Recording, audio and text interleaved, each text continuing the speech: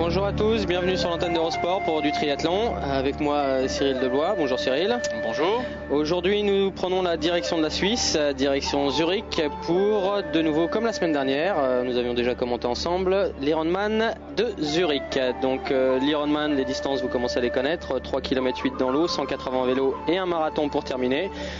Aujourd'hui, vous n'avez pas fait ce triathlon, Cyril? Non, peut-être l'année prochaine. C'était la semaine d'après Klagenfurt. Donc on voit des images de Zurich, de ce triathlon qui précédemment s'appelait l'Euroman et qui a débuté en 1995. On va parler un petit peu du plateau. Cyril, donc chez les garçons pour commencer. Le tenant du titre, le Suisse Olivier Bernhardt. Qui a réalisé le doublé l'année dernière en gagnant aussi le championnat du monde de duathlon longue distance à Zofingen. Et qui cette année a regagné aussi à Zofingen. Donc on va voir s'il va faire le doublé à nouveau en gagnant Zurich dans la suite. On a Rolf Lottenbacher qui a gagné l'Ironman de Lanzarote l'année dernière, qui est un Allemand. Norman Stadler qui a été il y a quelques années champion du monde de longue distance de duathlon, toujours pour l'Allemagne. Alexander Taubert qui a gagné 2 fois cet Ironman quand il s'appelait Euroman, et Peter Kropko qui a terminé 3e l'année dernière. Derrière le français qui est absent cette année, Christophe Buquet, puisqu'il est il est qualifié pour Hawaï déjà grâce à sa place l'année dernière. J'ai vu Christophe début août au triathlon de Caillou-sur-Mer qui effectivement me disait que là sa saison était vraiment axée sur Hawaï. On va pas oublier l'anglais Matthew Belfield qui a gagné 2 années de suite l'Ironman de Lanzarote. Et chez les dames. Alors chez les dames, il y a une grandissime favorite en la personne de Dolorita Gerber-Fuchs, qui est vraiment c'est son premier Ironman quand même depuis 2 ans. Elle est spécialiste de duathlon. C'est une spécialiste de duathlon, oui, puisqu'elle a été de multiples fois championne d'Europe de duathlon. Elle a quand même fait du triathlon à haut niveau, puisqu'elle a fait Hawaï il y a 7 ans où elle a terminé à la 12e place. Donc pour elle c'est un petit peu un retour vers ce qu'elle connaît déjà. On voit un petit peu mal qui pourra l'inquiéter aujourd'hui, mais bon, sur un Ironman tout est possible. On a Yasmina Merlet aussi qui est une spécialiste plutôt de courte distance, l'Autrichienne qui a 33 ans et qui s'essaye à la longue distance. Et voilà le départ. Donc pour reconnaître les athlètes, les organisateurs ont mis des bonnets de couleurs différentes. Donc bonnet jaune pour les hommes qui sont professionnels, bonnet rouge pour ces dames et pour les groupes d'âge, bonnet blanc. On voit un départ en commun, là il n'y a pas plusieurs vagues comme on a pu voir à Roth il y a un mois. Et donc tout le monde part en même temps, 920 concurrents au départ, donc un assez beau plateau qui a triplé depuis 1995 puisqu'ils étaient un petit peu plus de 300 en 1995. Donc un Ironman, Cyril, on peut dire que c'est la distance qui a du succès ou c'est l'organisation qui est de bonne qualité ou c'est globalement le triathlon en général qui voit de plus en plus de participants? Je pense que si on se réfère au nombre de pratiquants pour les courtes distances en France, la progression elle existe, mais elle est peut-être pas aussi importante qu'ici, puisqu'on on a triplé les effectifs sur 3 ans. C'est quand même c'est pas ce qui se passe sur courte distance. Je pense que maintenant il y a vraiment un envol de la pratique sur le longue distance. Est-ce que ce sera dû par rapport justement que les triathlons de courte distance, notamment les triathlons de haut niveau, comme sur la Coupe du Monde ou sur la Coupe d'Europe, ne sont pas ouverts à tout le monde, mais ouverts juste aux professionnels? L'effet drafting aussi, sans doute? C'est une des raisons, effectivement. Là, on a le plaisir de pouvoir partir avec vraiment les tout meilleurs mondiaux. On les côtoie en plus avant course, puisque par rapport à une courte distance où on arrive quelques heures avant, on part, on rentre chez soi et c'est fini. Là, on arrive 3-4 jours avant, voire une semaine, on passe du temps avec les athlètes, on reconnaît le parcours, donc il y a plus vraiment une communion de l'ensemble des compétiteurs qui apprennent à se connaître, pas uniquement pendant la course. Ouais, c'est ce qu'on a vu la semaine dernière avec l'Ironman d'Autriche où Mark Allen avait fait une espèce de petit séminaire avant la compétition en expliquant un petit peu sa façon de s'entraîner et ce qu'était vraiment l'Ironman. Donc pour revenir sur la course, là on a un dossard très élevé, le dossard 980 qui n'est pas un professionnel, c'est Philippe je vais avoir un petit peu de mal à prononcer, Hartleitner, pardon, je suis pas familier avec la langue germanique. Le dossard 24, Thomas Petre, le Suisse, et le dossard 21 qu'on va voir, qu'on a vu tout à l'heure, qui était Matthew Belfield. Donc les favoris qui se positionnent un petit peu tout de suite devant, avec cet Autrichien, ce Suisse pardon, Arschleitner, qui vient un petit peu troubler. Donc on considère que c'est un pétard mouillé, c'est un nageur. Qu'est-ce qui va se passer? En fait, déjà la dernière, il avait déjà fait un petit peu ce numéro puisqu'il était sorti en tête. Il avait quand même mené le vélo jusqu'au kilomètre 60 avant d'être contraint à l'abandon suite à cette crevaison. Donc c'est quand même pas le fait juste d'un nageur, parce qu'il faut quand même contenir des athlètes comme Olivier Bernhardt, arriver à leur tenir tête jusqu'au kilomètre 60, c'est déjà un bel exploit. Donc on peut penser qu'il peut aller un petit peu plus loin s'il renouvelle sa première position à la sortie de l'eau. Le parcours natation, donc en deux boucles, avec la particularité, maintenant c'est le cas sur plusieurs Ironman, pour ajouter un petit peu de piment, de passer au milieu du deuxième tour, enfin à l'abord du deuxième tour, pardon, de passer sur une petite île qui s'appelle ici l'île de Jaffa. Donc on a une petite partie à pied avant de replonger pour le deuxième tour. Ouais, ce qui ne facilite pas les choses pour les concurrents, hein. C'est toujours difficile de passer de la position allongée à la position debout. Mais bon, c'est bien pour le public, c'est bien aussi pour voir un petit peu où se situent ses concurrents immédiats. Le dossard 76, là c'est le leader de la course féminine, c'est Alison Eden, l'américaine. Et toujours notre ami Arschleitner, le Suisse, qui est en tête. Le parcours vélo, un petit peu comme la semaine dernière, 3 boucles de 60 km. C'est ça, avec des difficultés à peu près à mi-parcours, un petit peu plus difficile quand même qu'à Klagenfurt, avec la fameuse Heartbreak Hill. Heartbreak Hill, oui. Pas mal comme nom. Hein. Qui culmine, qui a un pourcentage maximal de 18%. C'est quand même quelque chose hein, pour ceux qui pratiquent le triathlon ou le vélo. Une cote à 18%, c'est vraiment dur. Oui, en sachant que par exemple l'Alpe d'Huez c'est 10% de moyenne. Mais bon, ça dure pas aussi longtemps, c'est une certitude. Et le parcours à pied, un parcours dans un premier temps urbain, puisque c'est un triathlon, on peut le voir sur ces images, un petit peu en centre-ville entre guillemets au niveau de la natation, et au moins sur la première partie de la course à pied. Oui, puisque les 6 premiers kilomètres s'effectuent un petit peu autour de l'aire de transition avec de multiples tournant, aller-retour, boucle. Ensuite, les concurrents partent pour 8 km en longeant le lac, en revenant vers le centre-ville de Zurich. Ils font un demi-tour et ils ont à parcourir cette boucle 3 fois.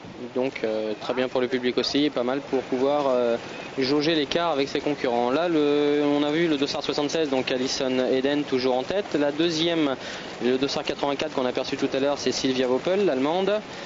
Et le dossard 71, vous en parliez tout à l'heure Cyril, c'est Delorita Gerber. Delorita qui, pour une spécialiste de duathlon, est en 3e position dans l'eau pour l'instant, c'est déjà assez remarquable, puisqu'elle n'est pas, par sa spécialité, censée briller en natation. Mais bon, on pourra voir qu'elle est assez complète. Oui, et puis je pense qu'elle s'est dirigée vers le duathlon, probablement surtout parce qu'effectivement elle n'a pas un énorme talent de nageuse qui lui permet de sortir devant sur les épreuves de Coupe du Monde, où c'est vraiment la natation qui est quasiment déterminante pour la suite du triathlon. Donc là on arrive au demi-tour, vous en parliez tout à l'heure, toujours Philippe Arschleitner, notre ami suisse. Un bon petit bout à courir quand même, hein. C'est pas 2,50 m. Hein. Et déjà on entend les cloches qui sont l'instrument de la foule en Suisse. Ah, vous m'avez fait peur parce que les Suisses s'appellent les Helvètes, hein. J'ai eu peur un instant. Donc la suite des concurrents, on a vu le Suisse qui a creusé un écart assez conséquent. Derrière, on a pu apercevoir l'autre Suisse Piet, Widman, Muge, Grosslink, Matthew Belfield qui n'est pas très loin et Kropko qui est en queue de peloton.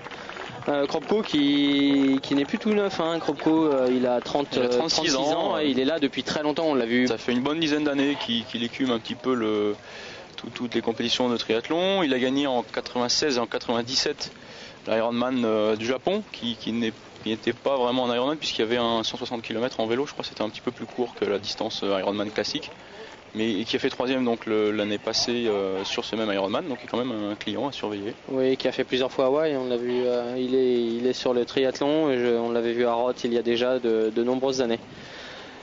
Toujours Alison Eden en tête chez les féminines, donc qui a passé le demi-tour.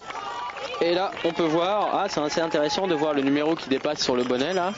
La masse des groupes d'âge, toujours on a vu des gens qui exhortent un petit peu la foule pour les encouragements. C'est un petit peu l'atmosphère dont on parlait la semaine dernière sur les Ironman. Hein.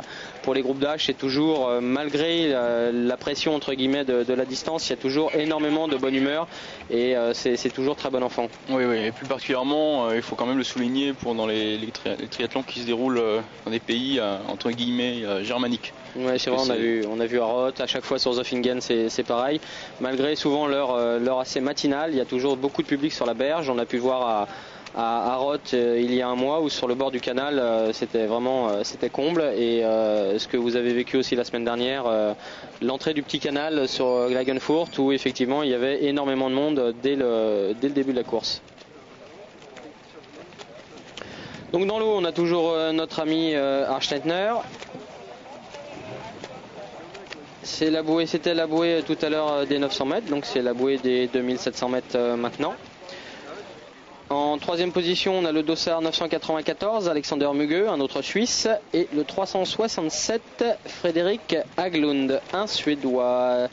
Donc on voit beaucoup de bonnets blancs, hein, Cyril, c'est peut-être un petit peu surprenant de voir, l'organisateur a bien séparé la catégorie groupe d'âge et la catégorie professionnelle, et on a 3 bonnets blancs, donc 3 groupes d'âge en tête de course. Oui, puisque sur un Ironman, la natation est beaucoup moins déterminante que sur courte distance, comme vous le précisiez tout à l'heure.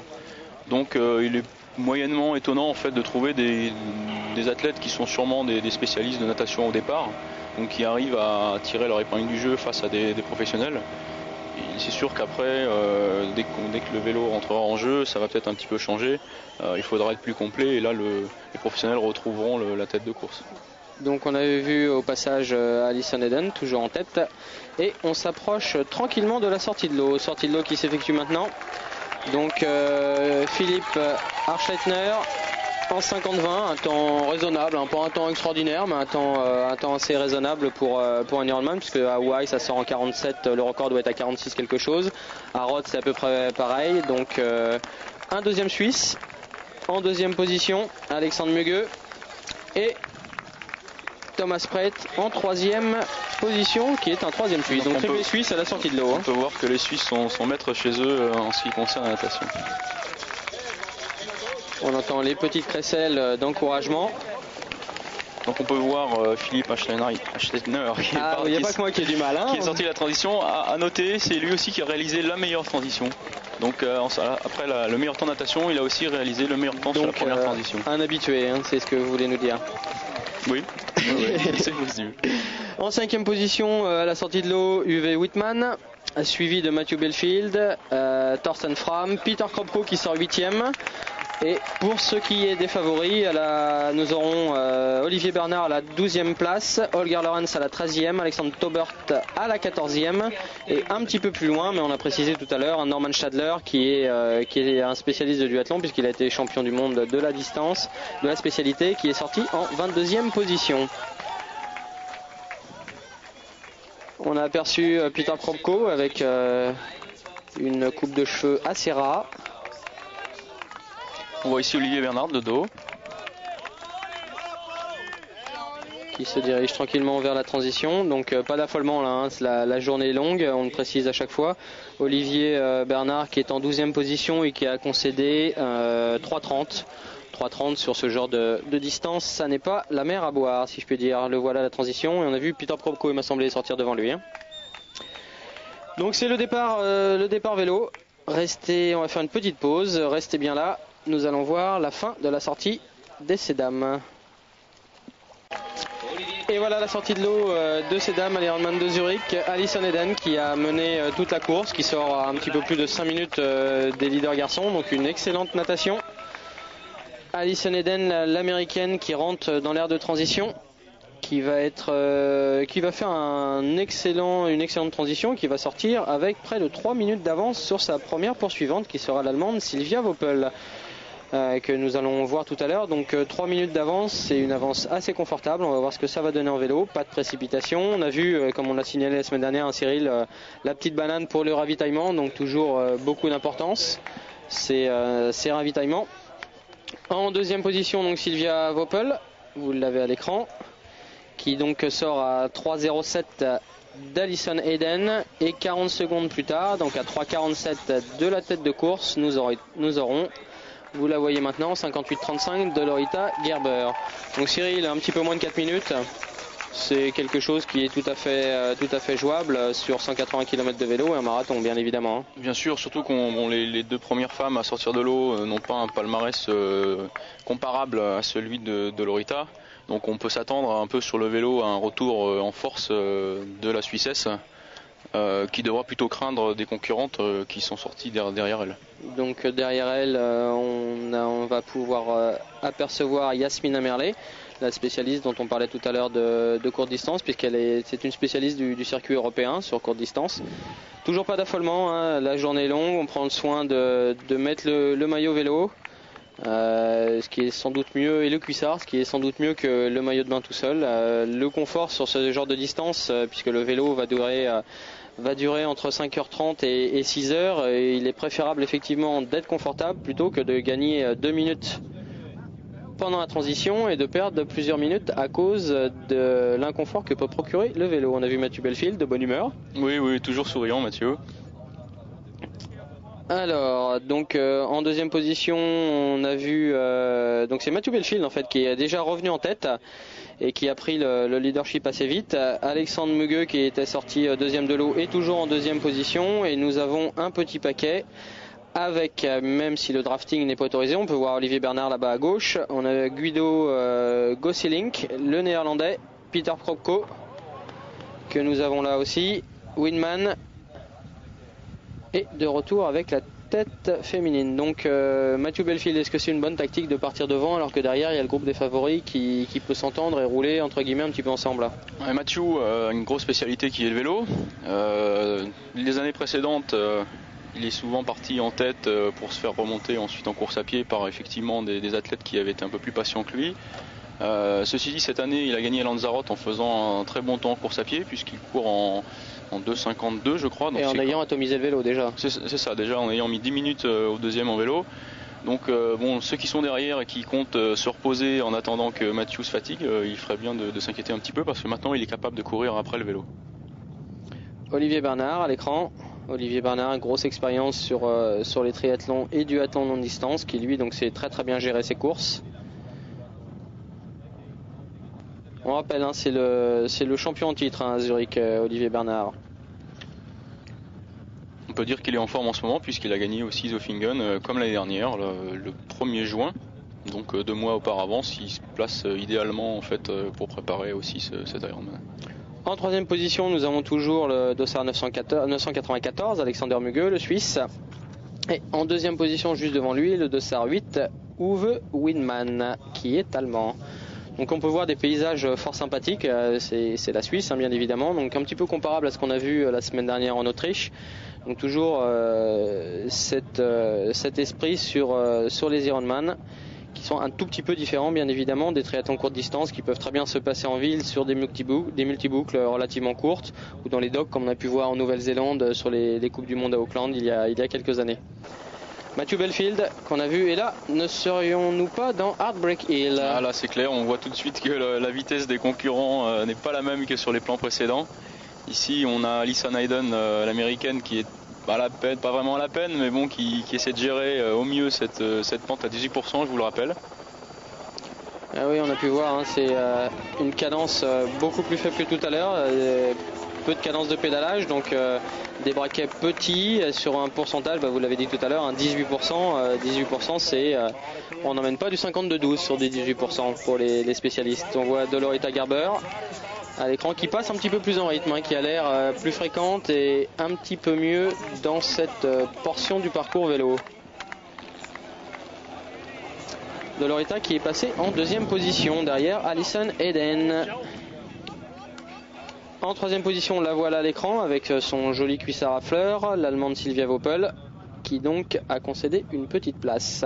Alors vous avez pu voir aussi en haut de Heartbreak Hill, donc il y a une zone d'animation qui est organisée par l'organisation de l'Ironman, pour essayer de redonner un petit peu de morale et de cœur à l'ouvrage à tous les concurrents, avec les hop hop hop bien connus des Suisses, qui justement essaient de redonner un petit peu de punch parce que après 18%, c'est difficile de relancer derrière pour reprendre de la vitesse et se relancer pour le reste du parcours.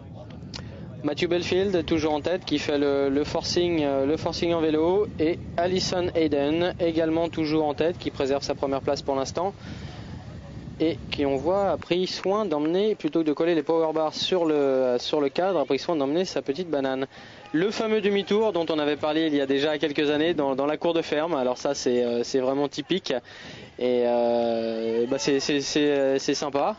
Et là les concurrents peuvent effectivement mesurer, puisque c'est un aller-retour sur cette portion de la route, l'écart qui les sépare de leur poursuivant immédiat. Et hop, un petit tour dans la cour de la ferme.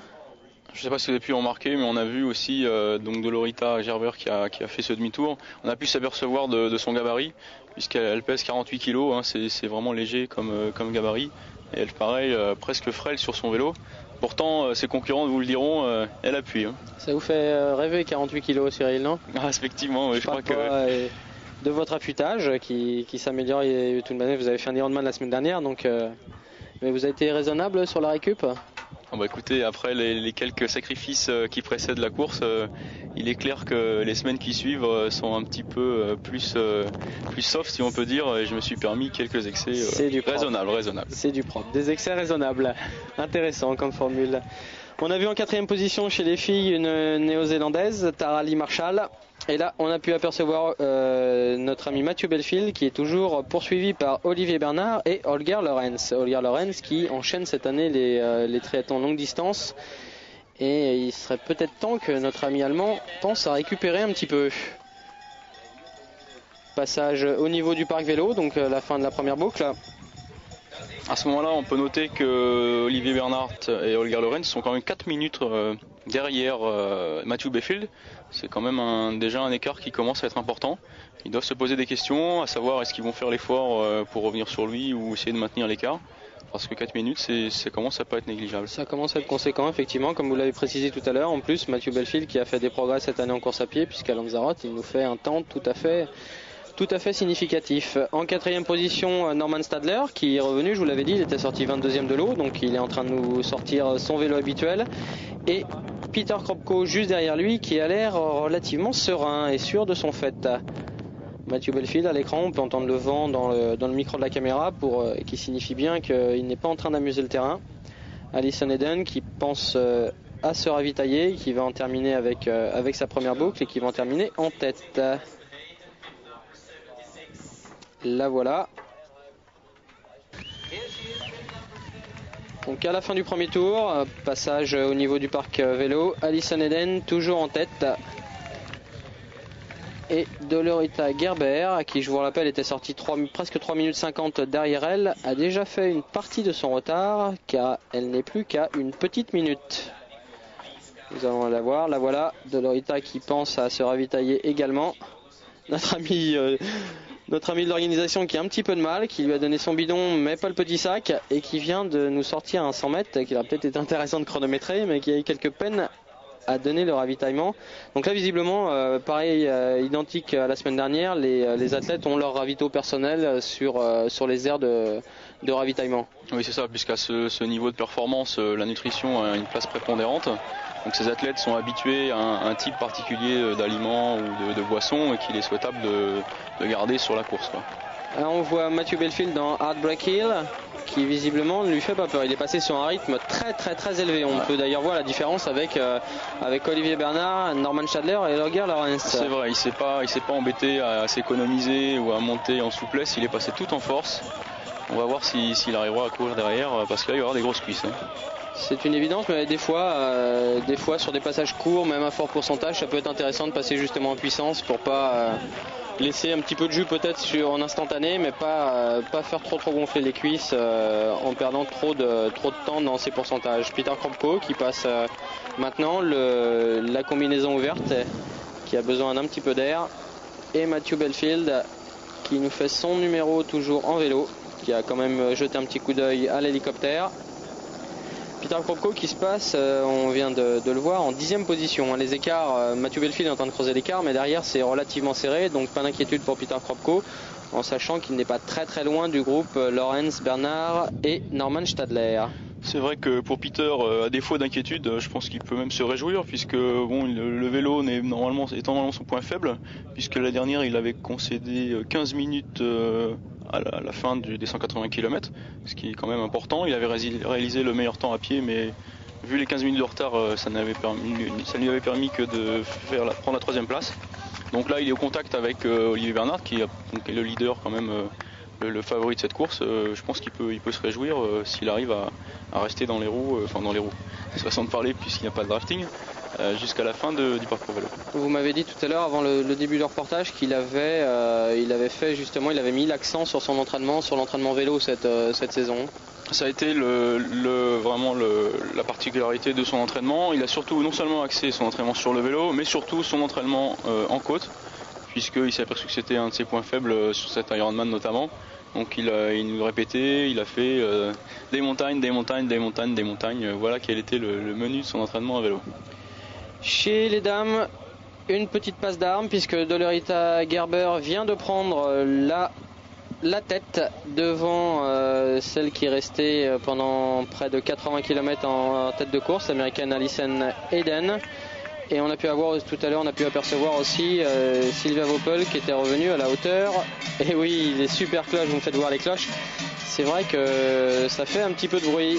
Et notre amie Allison Hayden a un petit peu de mal et profite justement de ces encouragements. Ne bougez pas, on revient pour la fin du vélo dans quelques instants.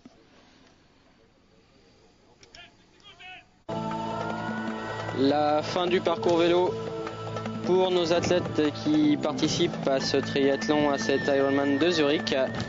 Olivier Bernard à l'écran. Et Cyril, je crois que vous avez une petite anecdote, puisqu'on voit que la météo est tout à fait clémente. Et une petite anecdote par rapport à l'énergie solaire. Oui, puisque le triathlon se veut un sport propre, un sport pour esprit sain. Donc les organisateurs, en plus ça se passe en Suisse, qui est un pays qui aime l'écologie et qui essaie toujours de mettre en avant les initiatives concernant l'écologie. Donc cette année, pour la première fois à ma connaissance sur un Ironman, tous les besoins énergétiques en électricité étaient assurés par des installations qui fonctionnaient à l'électricité solaire. À l'énergie solaire. Tout le village Tout le village, oui, où on peut voir ici le commentateur avec son micro, à moins qu'il soit vraiment très éloigné du centre, c'est Sierra Hills, oui, donc c'est un petit peu éloigné peut-être de l'ère de transition. En tout cas, sur l'ère de transition, il y avait des immenses panneaux solaires qui fournissaient l'ensemble de l'énergie pour les besoins de la course, que ce soit les amplificateurs pour les micros ou les besoins de tous les stands qu'il y avait sur le village du triathlon. Donc une initiative intéressante qui permet de montrer un petit peu que le triathlon, c'est des gens qui sont sains, qui s'entraînent beaucoup, qui ont une alimentation normalement assez saine et qui aussi ont une conscience particulière par rapport à l'environnement.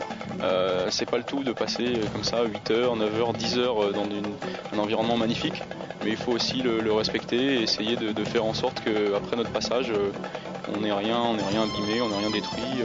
C'est un petit peu ça aussi l'esprit du triathlon.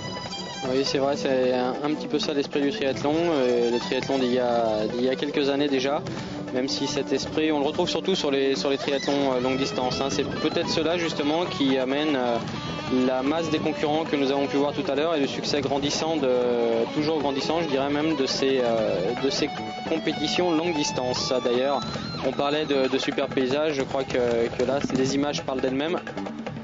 Et c'est vrai que la Suisse, pour ça, et le lac Léman, en sont une parfaite illustration.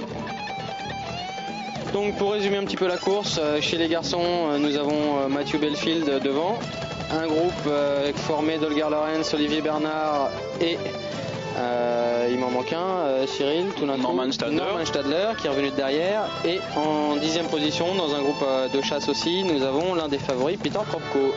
Chez les dames, Dolorita Gerber est passée en tête devant Allison Hayden et Sylvia Voppel qui est revenue à la hauteur de l'américaine.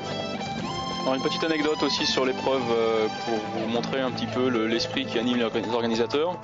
Donc le logo de l'Ironman, il est commun à la plupart des épreuves, c'est un M avec un point sur le M, qu'on appelle le M dot. Cette année, les organisateurs ont changé ce logo en lui rajoutant un petit sourire et des cotillons autour. et en ajoutant l'inscription Gruzi, alors je ne sais pas si je prononce correctement, qui en fait se traduit par bienvenue. Donc tout l'esprit de l'épreuve se retrouve un petit peu dans ce logo, et c'est ce qu'on trouve aussi sur les longues distances en général. De retour sur la course, donc toujours Matthew Belfield qui maintenant compte à peu près 5 minutes d'avance sur le groupe Holger Lorenz, Olivier Bernard que nous avons à l'écran dans Heartbreak Hill.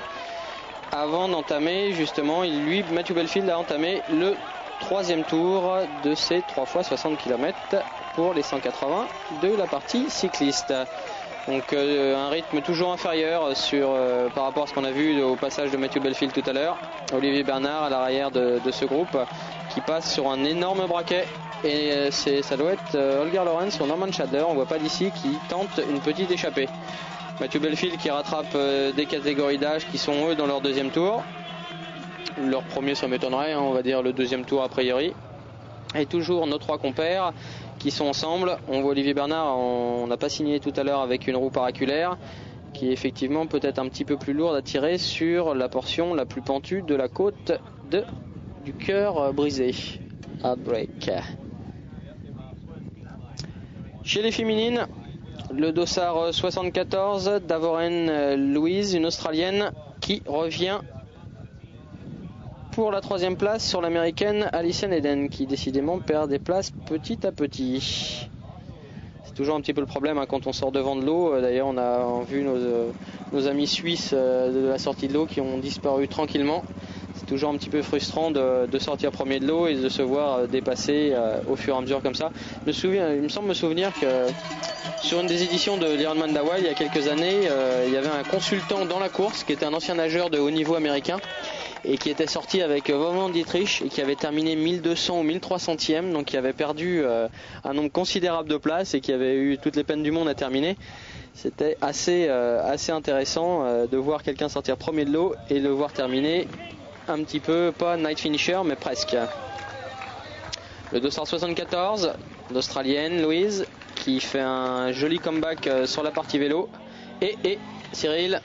Alors voilà ici la première crevaison de Matthew Belfield qui on l'a vu, il regarde derrière, il en a vu un passer, il se dit c'est pas possible, il faut que je me dépêche. Alors donc là c'est la particularité aussi sur le triathlon puisqu'on est en autonomie complète, et il doit changer lui-même son pneu, il me semble qu'il a un pneu là. Ça doit être des boyaux il me semble. Oui, donc voilà, il est obligé de faire tout lui-même, donc ça demande à la fois un entraînement un petit peu quand même, et puis essayer de rester patient, ce qui n'a pas l'air d'être le cas de notre ami Belfield qui est visiblement énervé. Pas perdre trop d'énergie dans l'histoire. C'est parti. Alors à ce moment-là, donc son avance qui était de 5 minutes se retrouve réduite à 30 secondes en fait. C'est ce on verra par la suite. Il a donc perdu le leadership puisque le groupe Lorenz, Olivier Bernard et Stadler est passé. Donc tout son travail sur les 2 tours, les 2,5 premiers tours est annihilé par un ennui mécanique, mais c'est aussi ça la course. Oui, en sachant que par exemple sur Hawaï maintenant il y a depuis quelques années maintenant il y a des motos avec des roues de vélo. D'ailleurs on avait vu Polycuru avoir une roue de 650 alors qu'il était en 700. C'est quand même un petit peu dommage pour des athlètes professionnels de construire un leadership de 5 minutes et de le voir complètement anéanti pour une malheureuse petite crevaison. C'est peut-être quand même à réfléchir. L'exemple d'Hawaï est quand même peut-être à prendre en compte. Et en fait, maintenant que vous le mentionnez, Laurent, il y avait aussi une assistance de ce type sur ce triathlon. On l'a pas vu sur les images, mais Matthew Belfield, suite à sa réparation, en fait sa valve, puisque vous l'avez vu, il a des roues à bâton, donc il a besoin d'une valve spéciale, une valve haute pour pouvoir gonfler sa roue. Il y a eu un problème à ce niveau, il a à nouveau crevé. Il a attendu le véhicule de dépannage qui était situé un petit peu derrière. On lui a dit qu'il devait arriver dans une dizaine de minutes. Finalement, le véhicule est arrivé au bout de 20 minutes. Bon, il a préféré renoncer parce que c'était un petit peu maintenant trop dur d'aller chercher une place d'honneur après le travail qu'il avait fait. Donc il a préféré abandonner. Mais bon, c'est pour vous dire que ces véhicules d'assistance existent sur cette course. Ouais, mais visiblement pas aussi performants qu'on a pu voir sur Hawaï. Et puis bon, hein. c'est peut-être plus pour les age groupers, je sais pas s'il y avait accès, pour leur permettre de finir, puisque un Ironman, bon, quand on perd 10 minutes et qu'on est un age grouper, c'est pas trop un problème. C'est vrai que pour quelqu'un comme Matthew Belfield, c'est déjà une autre histoire. Donc on a vu la sortie du parc vélo, la deuxième transition, Olivier Bernard, Norman Stadler et Holger Lorenz, et on voit maintenant à l'écran Peter Kropko qui rentre dans l'aire de transition. Alors, Peter Kropko qui va avoir un déficit à la sortie. Et donc on parlait de sa coupe de cheveux. C'est vrai qu'à 36 ans, Peter perdait tranquillement ses cheveux, donc il a préféré se raser. Et je crois qu'il a coupé ses cheveux pour cette course en particulier. Oui, parce que c'est vraiment une nouveauté. Dit, ouais. Ouais. Et donc il part sur la course à pied avec un retard de 6 minutes. Alors 6 minutes, c'est pas non plus la mer à boire. Hein. Donc puisque l'année d'avant, il est parti avec 15 minutes de retard sur Olivier Bernard. Donc c'était déjà un handicap autre. Cette année avec 5 minutes, on voit que son travail à vélo dans les côtes a payé. Alors qu'on voit ici Mathieu Béfield qui rentre au parc dépité. Dépité, oui, c'est le mot qu'on puisse dire, je crois. Hein. C'est difficile, c'est difficile. Donc c'est vrai que l'année dernière, Kropko avait posé le vélo avec un quart d'heure de retard et avait terminé 8,23 pour Olivier Bernard, 8,33 pour Peter Kropko. Donc à 10 minutes, il lui aurait pris 5 minutes. Donc effectivement, le suspense est intéressant. Là, il part avec 6 minutes. On a signalé tout à l'heure qu'il s'était beaucoup entraîné sur le vélo, notamment dans les bosses, donc il a peut-être bien géré et bien digéré ce parcours et de manière à pouvoir nous faire une course à pied derrière de tout premier plan. Donc Olivier Bernard au premier ravitaillement et au premier demi-tour, qui peut voir l'écart qui le sépare de ses poursuivants. En général, c'est très intéressant de pouvoir mesurer en temps ce que ça donne. Donc on voit Norman Stadler ici. Ouais, qui lui a tourné dans l'autre sens. Oui. Avec le petit point de passage, on a vu la petite machine sur laquelle on vient taper avec le poignet. À ce moment-là, on voit qu'il croise aussi des concurrents à vélo, là c'est un petit peu particulier. En 5e position, on peut noter le retour de Rolf Lottenbacher, l'allemand. Qui est parti 5e donc du parc à vélo, 2 minutes derrière Kropko, donc à 8 minutes des leaders. Donc à ce moment de la course, avec... on voit quand même un autre rythme sur Kropko là, hein, que peut comparer à Bernard et à... Oui, en même temps il est un petit peu plus petit, donc c'est un petit peu trompeur. Il a une foulée qui nécessairement est plus rythmée pour une même vitesse. En sachant que Bernard et Stadler sont quand même des spécialistes de ce type de distance et notamment de la course à pied. Donc on peut s'attendre à une lutte de haut vol en fait entre ces trois hommes. L'entrée dans la deuxième transition pour Dolorita Gerber qui est assez largement en tête et qui va attaquer Dolorita. On l'a vu sur les différents grands championnats de duathlon et vous parliez de son gabarit tout à l'heure, qui est excellente en course à pied. Donc on peut penser effectivement qu'en posant le vélo, donc on voit les temps compensés en 6,28. Qu'en posant le vélo en tête, il y a peu de chances que derrière ça revienne. C'est vrai, mais bon, on est toujours sur un Ironman, donc une défaillance est toujours possible, une mauvaise gestion du vélo ou des ravitaillements. On la voit partir ici avec une bouteille de Coca-Cola apparemment. Certains athlètes ont pu avoir des problèmes en s'alimentant trop sucré ou avec des soucis de ce type, donc on n'est jamais certain sur un Ironman. Ne bougez pas, on revient tout de suite pour la fin de la course à pied. Et nous voilà sur le marathon. On l'a à l'écran, 42 km 200, donc on va dire 195. Et Olivier Bernard, toujours leader. C'est le petit pont dont vous me parliez tout à l'heure Oui, c'est bien ça, je crois. C'est ça. Il va monter un petit pont qui passe au-dessus de la Limate, qui est le cours d'eau qui se jette dans le lac. On voit ici Peter Kropko qui est toujours très fréquent et a beaucoup de rythme manifestement. Qui a l'air assez frais, de sourire, qui salue le public et le rythme, on parlait de rythme, hein, le rythme de Dolorita Gerber est très très intéressant aussi. On voit le paysage qui défile derrière, la barrière là. Il y a peu de chances effectivement que les poursuivantes, et notamment Louise Davoren, l'Australienne, qui est 4 minutes derrière, puisse la rejoindre. Vous avez une petite anecdote sur Tara Lee Marshall, la néo-zélandaise, que l'on voit à l'écran, oui. Donc elle n'est pas encore tellement connue dans le monde de l'Ironman. Pourtant elle a un niveau qui devrait normalement faire en sorte qu'elle soit plus connue. En fait, ce qui s'est passé la dernière, par exemple, pour vous donner un petit peu, elle est réputée pour être très malchanceuse, puisqu'elle a eu 4 abandons la dernière sur des Ironman. Le premier, elle est tombée malade, c'était l'Ironman de Nouvelle-Zélande. En fait, elle s'est cassé le poignet suite à une rupture de sa roue. On lui a fait un petit plâtre avec pendant la course ou pendant la course, pendant la course. On lui a fait un plâtre avec de la résine pour qu'elle puisse faire l'Ironman du Canada.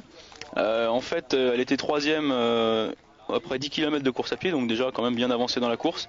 Elle a été obligée d'abandonner parce que sa main avait tellement enflé à l'intérieur de plâtre en résine que c'était trop difficile. Elle a arrêté, elle a failli perdre des doigts en fait. C'est ce qu'elle nous explique. Et ensuite à Hawaï, un peu plus tard dans l'année, elle a été disqualifiée pour quelque chose qui est assez rare, hein, une double blocking penalty, c'est-à-dire qu'une obstruction. Elle aurait obstrué quelqu'un par 2 fois. Ce qui a amené une disqualification particulièrement malchanceuse sur ces courses l'année dernière. On va voir que cette année elle aura un peu plus de chance et elle va enfin rentrer dans le Gotha des triathlètes sur Ironman. Enfin, c'est difficile quand même d'accumuler autant de malchance aussi longtemps dans sa carrière. La visière relevée pour Dolorita Gerber, qui est suivi comme son nom par un edge grouper. C'est un bon rythme à suivre, hein, Dolorita, c'est une certitude. En plus au scratch, les féminines font toujours des places excellentes. Par conséquent, s'il est dans le même tour, c'est une bonne chose. Alors à l'écran, Alison Eden qui a perdu beaucoup de place, qui est 4e, qui était en tête à la sortie de l'eau, qui est resté en tête pendant plus d'un tour et demi en vélo et qui là a subi un petit peu entre guillemets la loi de l'Ironman et un petit peu de mal aussi sur la course à pied. Olivier Bernard qui nous semble pas super frais, hein, Cyril, à côté sur le même passage, à côté de Kropko, même si c'est vrai, la foulée de Kropko est plus fréquente, toujours est-il qu'il dégage une impression d'aisance supérieure à celle de notre ami Olivier Bernard. D'ailleurs, Kropko, au passage, a avalé Holger Lorenz et Norman Stadler. Il est en 2e position. On peut aussi évoquer la chaleur qui cette année à Zurich était assez importante, alors que l'année dernière ça avait été un désastre sous les trompes d'eau. Bernard qui est habitué à gagner Zofingen en général dans des conditions météo assez difficiles, en tout cas pas chaudes comme aujourd'hui, est peut-être moins habitué à la chaleur que Kropko et en souffre davantage. Mais par rapport à ce que vous nous disiez tout à l'heure, à l'utilisation de l'énergie solaire, c'est un petit plus quand même qu'il y ait du soleil cette année. Tara Lee Marshall en 2e position. Et en 3e position, nous avons toujours l'Australienne. Donc sur le podium pour l'instant, c'est une Suisse, une Suissesse, une Néo-Zélandaise et une Australienne. La voilà, Louise Davoren. Est-ce que vous avez des bribes de son palmarès à cette demoiselle qu'on ne connaît pas a priori?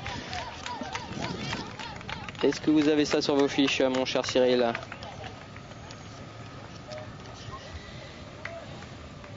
Et là on peut voir Peter Kropko, et oui, ça c'est exactement ce dont on parlait tout à l'heure. Olivier Bernard un petit peu scotché, Kropko qui le passe sans coup férir, une petite tape. Ah oui, c'est vraiment le signe, vas-y, tu m'as rattrapé, ouais. Je vais pas me battre aujourd'hui, hein, c'est bon. Et Peter Kropko qui fait l'effort justement pour le lâcher tout de suite et qui prend le leadership alors qu'il comptait 6 minutes de retard à la sortie du vélo. Et Peter Kropko qui a l'air, on voit ses joues, là il fait vraiment l'effort pour être sûr de lâcher Bernard.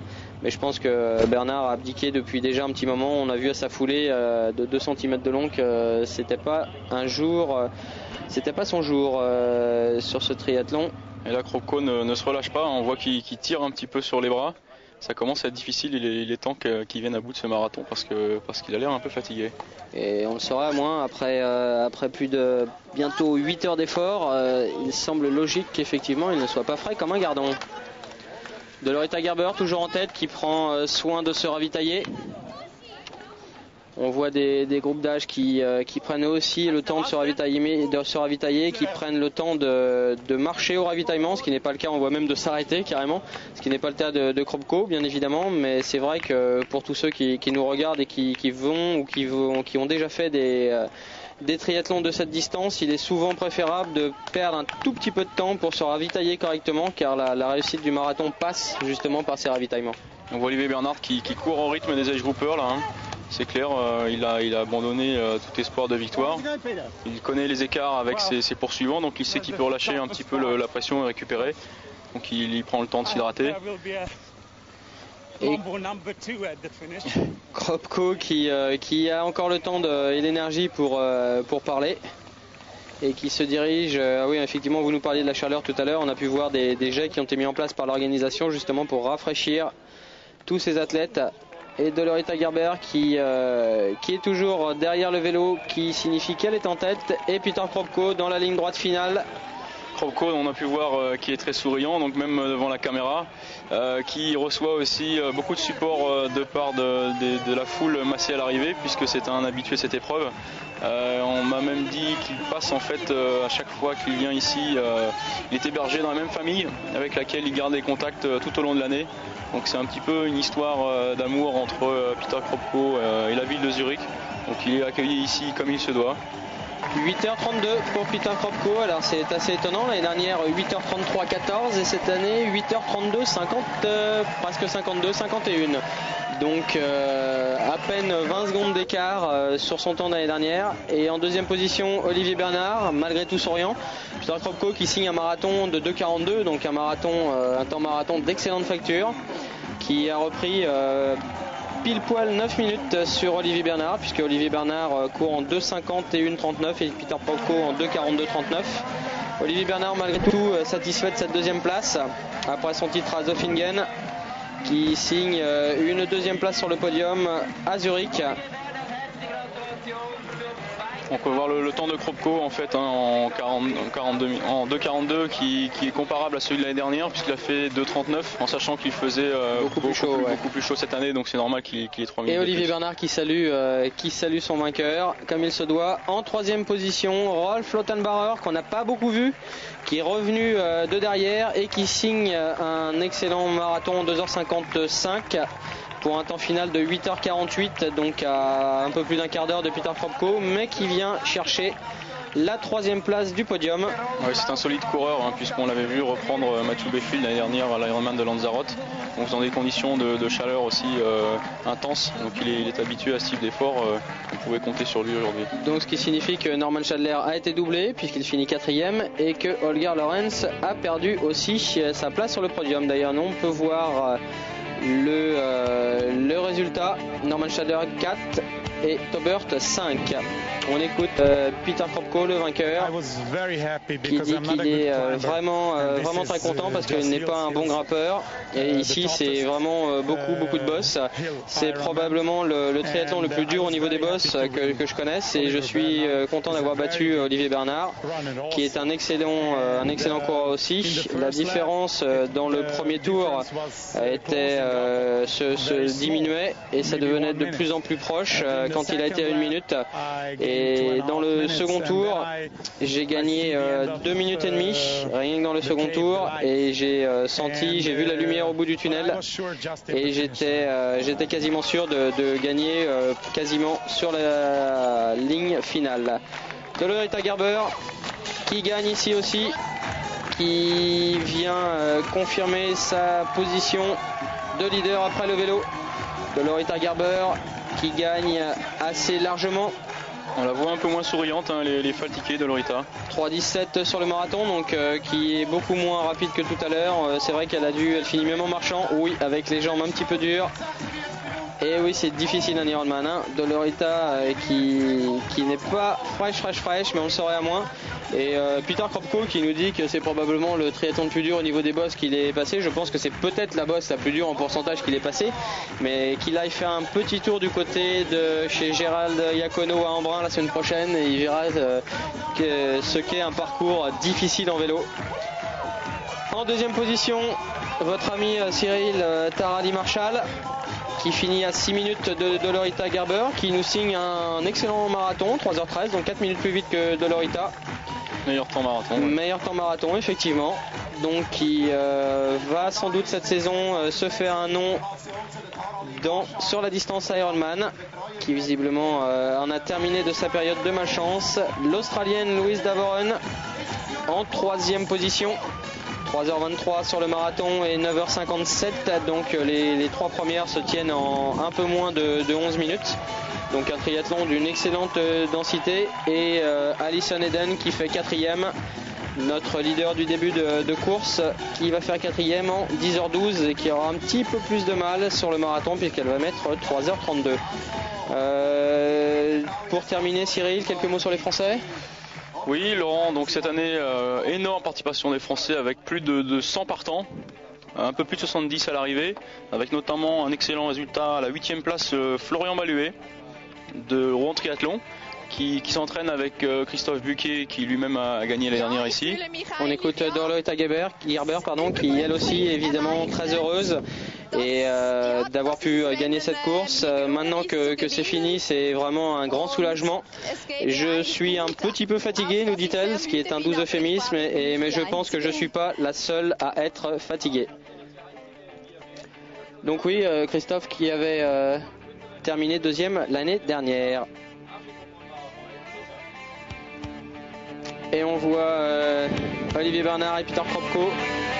D'autres choses sur les Français, Cyril, pour terminer ce reportage? Oui, on peut noter une particularité assez sympa en fait, hein, un couple qui a fait pas sa nuit de noces, on peut pas dire ça, mais son voyage de noces en tout cas sur l'Ironman. Ce qui est effectivement sympathique. À bientôt sur Eurosport pour du triathlon.